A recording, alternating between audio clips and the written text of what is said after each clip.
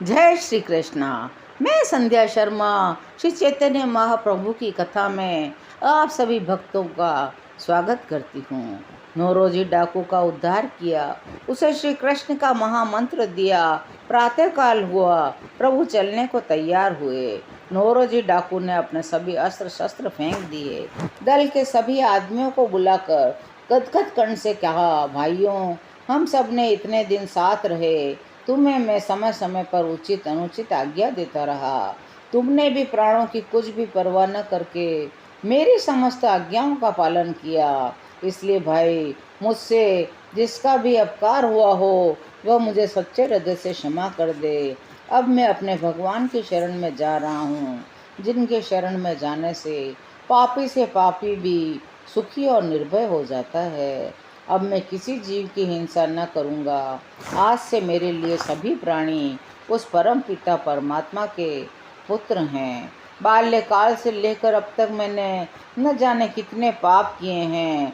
अब आप लोग मुझे क्षमा करो और ऐसा आशीर्वाद दो कि मैं अपने शेष जीवन को प्रभु के साथ रहकर श्री कृष्ण प्रेम में पागल बनकर बिताऊं। नौरोजी की बात सुनकर दल के सभी डाकू रोने लगे। बहुत सौ ने तो डाका डालने का काम ही छोड़ दिया और नौरोजी प्रभु के साथ चल दिए। आगे आगे महाप्रभु, उनके पीछे गोविंद दास, सबसे पीछे नौरोजी सन्यासी चलते थे। चलते चलते खंडाला में पहुँचे। प्रभु ने कहा, वहाँ के लोगों ने खूब स्वागत किया। वे वहाँ से नासिक आए। पंचवटी में नृत्य कीर्तन करते हुए आनंद में मग्न हो गए। नौरोजी महाप्रभु के श्रीअंग के पसीने को बार बार पहुँचते रहते थे। बड़ौदा के महाराज बड़े ही भगवत भक्त थे। उन्होंने बहुत सा द्रव्य लगाकर भगवान का एक बड़ा मंदिर बनवाया था। स्वयं भगवान की पूजा करते थे, संत महात्माओं का सत्कार करते थे। महाप्रभु श्री कृष्ण की मूर्ति के दर्शन करके प्रेमानंद में मग्न हो गए। महाराज उनके अद्भुत नृत्य और अलौकिक प्रेम के भावों को देखकर बड़े मुग्ध हुए। महाप्रभु का बहुत सत्कार किया, लेकिन महाप्रभु ने संन्यास धर्म के अनुसार मुष्टि भिक्षा के अतिरिक्त कुछ भी ग्रहण नहीं किया। बड़ौदा में ही आकर नौरोजी ने महाप्रभु के सामने अपने इस नश्वर शरीर का त्याग कर दिया। महाप्रभु ने एक भक्त वैष्णव की भांति अपने कर कमलों से उसे समाधि में सुला दिया। इस प्रकार जन्म से ही हिंसा और धन का अपहरण करने वाला एक डाकू महाप्रभु की शरण में आने से अमर हो गया। बड़ौदा से चलकर महाप्रभु अहमदाबाद आए। वहाँ दो बंगाली वैष्णवों से प्रभु की भेंट हुई। वहाँ नवद्वीप का समाचार पाकर प्रभु की पूर्व स्मृति पुनः जागृत हो उठी। उनसे कुशल क्षेम पहुंचकर प्रभु ने द्वारिका के लिए प्रस्थान किया। द्वारिका जी के मंदिर में जाकर प्रभु बड़े ही आनंद में मग्न हुए, नृत्य और कीर्तन करने लगे। समुद्र के किनारे होते हुए सोमनाथ में महादेव के दर्शन के लिए प्रभास क्षेत्र में आए, जहाँ पर प्राची सरस्वती है। अब प्रभु की इच्छा पुनः नीलांचल लौटने की हुई, इसलिए गोदावरी नदी के किनारे होते होते पुनः विद्यानगर में पहुंच गए। महाप्रभु के आने का समाचार पाते ही राय रामानंद जी प्रभु के दर्शनों के निमित्त दौड़े आए। प्रभु ने उनका गाढ़ा लिंगन किया।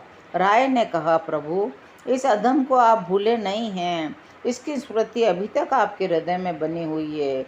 इस बात से मैं बड़ा प्रसन्न हूँ। प्रभु ने कहा, राय महाशय, यथार्थ में तो आपके ही दर्शन से मेरे सब तीर्थ सफल हो गए थे। फिर भी मैं और तीर्थों में वैसे ही चला गया। जितना सुख मुझे यहाँ आपके साथ मिला था, उतना अन्यत्र कहीं भी नहीं मिला। मैं फिर उसी आनंद को प्राप्त करने आपके पास आया हूँ। रामानंद जी ने अत्यंत संकोच के साथ कहा, प्रभु, मैंने आपकी आज्ञा शिरोधार्य करके महाराज को राजकाज से अवकाश देने की प्रार्थना की थी। उन्होंने मेरी प्रार्थना को स्वीकार कर दिया है, इसीलिए तो मैं आया हूँ। प्रभु ने कहा, अब आपको साथ लेकर ही पूरी चलूँगा। राय महाशय ने कहा, प्रभु, मेरे साथ चलने में आपको कष्ट होगा। अभी मुझे बहुत से राजकाज करने शेष हैं। मेरे साथ हाथी घोड़े नौकर चाकर बहुत से चलेंगे, उनके सब के साथ आपको कष्ट होगा। आप पहले अकेले ही पुरी पधारें, मैं फिर पीछे से आ जाऊंगा। प्रभु ने इस बात को स्वीकार किया। 3-4 दिन विद्यानगर में रहते हुए जिस रास्ते से आए थे उसी से अलालनाथ पहुंच गए। अलालनाथ पहुंचने पर प्रभु ने कृष्णदास के द्वारा नित्यानंद आदि के समीप अपने आने का समाचार भेजा। वे लोग तो प्रभु की प्रतीक्षा में उसी प्रकार बैठे थे जिस प्रकार अंगद आदि वानर समुद्र को पार करके सीता जी की खोज के लिए गए हुए थे और श्री हनुमान जी की प्रतीक्षा में समुद्र के किनारे बैठे थे। प्रभु का समाचार पाते ही नित्यानंद जी आदि सभी भक्त प्रभु से मिलने के लिए दौड़े चले आए, भूमि पर लौट गए, साष्टांग प्रणाम किया। प्रभु ने सबको उठा उठाकर अपने हाथों से अपना प्रेमालिंगन दिया। इतने ही समय में सामने से सार्वभौम भट्टाचार्य जी, गोपीनाथाचार्य जी सभी आए और एक दूसरे से आलिंगन किया। प्रभु ने उन्हें उठाया और उनके शरीर, उनके कपड़ों पर लगी धूल को अपने हाथ से पहुंचा। महाप्रभु जगन्नाथ जी के दर्शन के लिए गए। वहाँ के कर्मचारी प्रभु की प्रतीक्षा में सदा चिंतित से बने रहते थे। प्रभु के आने का समाचार सुनकर सभी लोग आनंद में नृत्य करने लगे। प्रभु ने भगवान को साष्टांग प्रणाम किया, भांति भांति से स्तुति करने लगे। पुजारी ने आकर माला और प्रसाद को प्रभु को भेंट किया। महाप्रभु महाप्रसाद पाकर बड़े प्रसन्न हुए और उस प्रसाद को उन्होंने वहीं पा लिया। फिर प्रभु भट्टाचार्य सार्वभौम के घर आए। सार्वभौम ने प्रभु को भिक्षा के लिए निमंत्रित किया। सभी भक्तों के सहित उन्होंने प्रभु को भिक्षा कराई। प्रभु के रहने के लिए भट्टाचार्य ने महाराज प्रताप रुद्र जी से परामर्श करके महाराज के पुरोहित काशी मिश्र के एकांत निर्जन स्थान में पहले से ही प्रबंध कर रखा था। प्रभु को वह स्थान बहुत पसंद आया और प्रभु उसी में रहने लगे। आज की सुंदर कथा यहीं विश्राम लेती है।